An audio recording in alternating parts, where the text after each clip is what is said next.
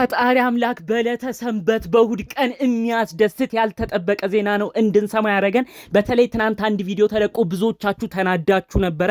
አብርሽ እንዴት የልጁን እናት ከሄርሜላ እኩል አይቶ ሁለቱንም ሴቶች ውጡልኝ ካለሁበት ክፍል አልፈልጋችሁም ውጡልኝ ብሎ እንዴት ሩታን እንኳን የልጁን እናት ክብር ሳይሰጥ ከዛ ክፍል ያስወጣል? አሁንማ በቃ የትዳራቸው ነገር ለየለት ብላችሁ ብዙዎቻችሁ ተጨንቃችሁ ነበር። እኛም ብዙ ፈርተን ነበር። ነገር ግን ጋሽዬ ካሉበት ከሚኖሩበት ቡታጅራ ይሄን ቪዲዮ ወዲያው እንዳዩት አብርሽ ልጃቸውን ከባድ ቃል ተናግረውት በጣም እንዲደነግጥ በመሆን ድጋሚ አብርሽ ወጥቶ ከዛ ቤት ሩታን ተለማምጦ ከባድ ያልተጠበቀ ነገር ተፈጥሯል። ይህን ምናልባት ዛሬ በሚለቀቅ ቪዲዮ እንመለከት ይሆናል። ፈጣሪ አምላክ ይህንን ሐሴት ይህንን ጥሩ ዜና እውነት ያድርገው።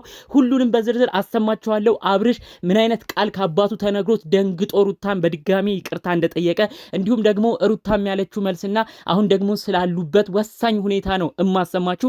ይሄ ጉዳይ ይህ ቪዲዮ በትናንትናው ዕለት ምንም አልተለቀቀም። ትናንት ያያችሁት ሁላችሁም አይታችኋል ብዬ አስባለሁ። ሁለቱንም ሴቶች ሲያስወጣን የተመለከትነው። ከዛ በኋላ ግን እጅግ ታሪክ ቀያሪ የሆነ ነገር ነው ያየነው የሰማነው፣ መረጃውም የደረሰን ማለት ነው። ፈጣሪ አምላክ ይህን ደስታ እውነት ያደርገው። ሁሉንም በዝርዝር አሰማችኋለሁ።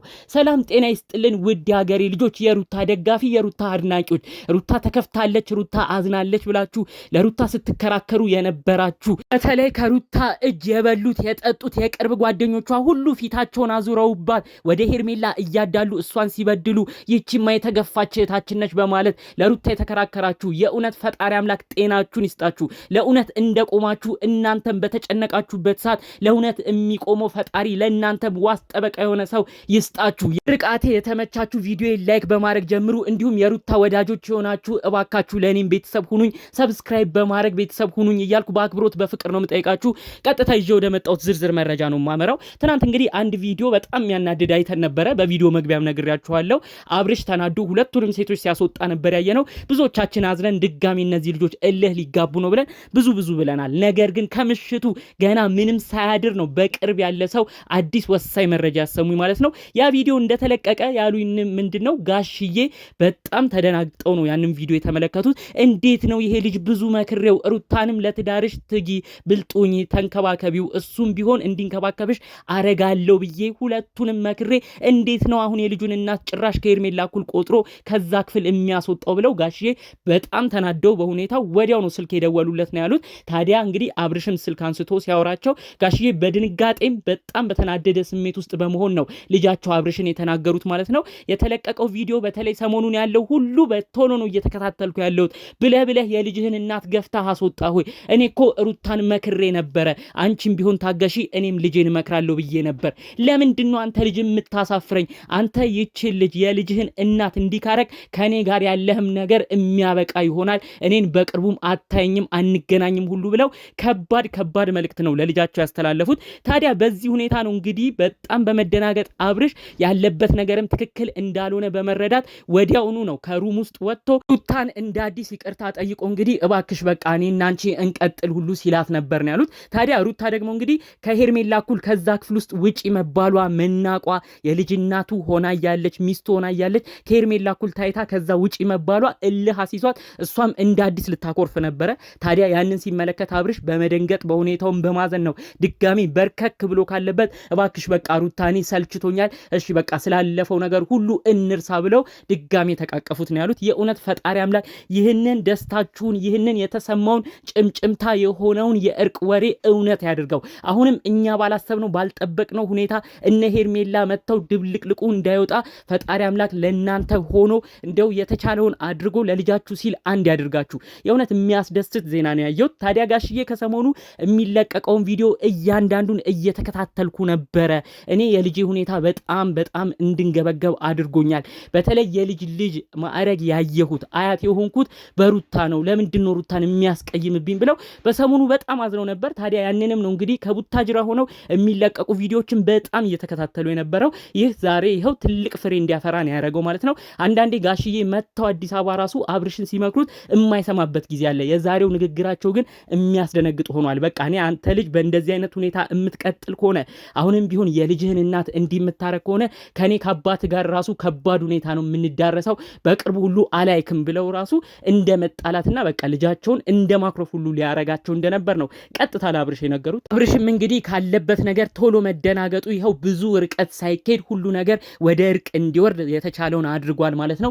ሩታም በቤተሰቦቿ በኩል የተመከረችው ምክር እንዲሁም ባለቤቷ የልጇ አባት የሆነውን አብርሽን በተቻላት መጠን በፍቅር መልኩ የመያዝ ጥበቧም ደግሞ ይኸው በጋሽዬም ፍሬ እንዲያፈራ በመሆኑ ጋሽዬም ይህን ነገር በመረዳታቸው ጭምር ነው። እባክህ ይቺን ልጅ ድጋሚ አታስቀይምብኝ፣ ብዙ ነገር ነው የመከርኳት፣ ያንንም ምክር ነው ተግባራዊ ያደረገችው።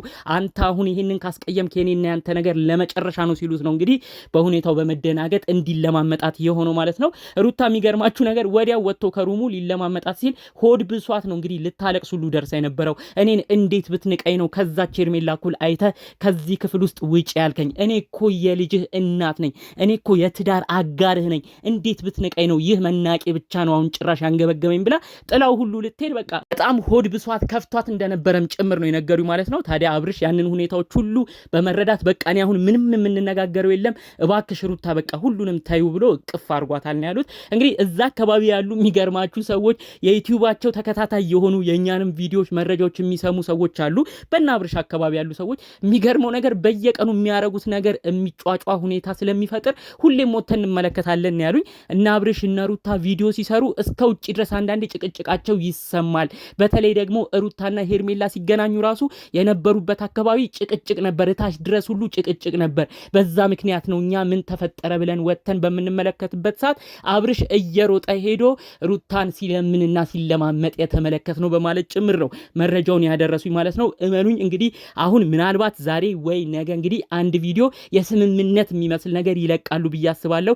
እንደው ያቺ ሄርሜላ ከእንደዚህ ከተነጋገሩ ይቅርታ ከተጠያየቁ በኋላ ከባድ ነገር ፈጥራ የራሷን ችግሮች አምጥታ ከባድ ነገር አምጥታባቸው እንደው መለያየት በመካከላቸው እንዲፈጠር ካላረገች እነዚህ ሰዎች አሁን ላይ አንድ ላይ ቪዲዮ ይሰራሉ ብዬ ነው የማስበው።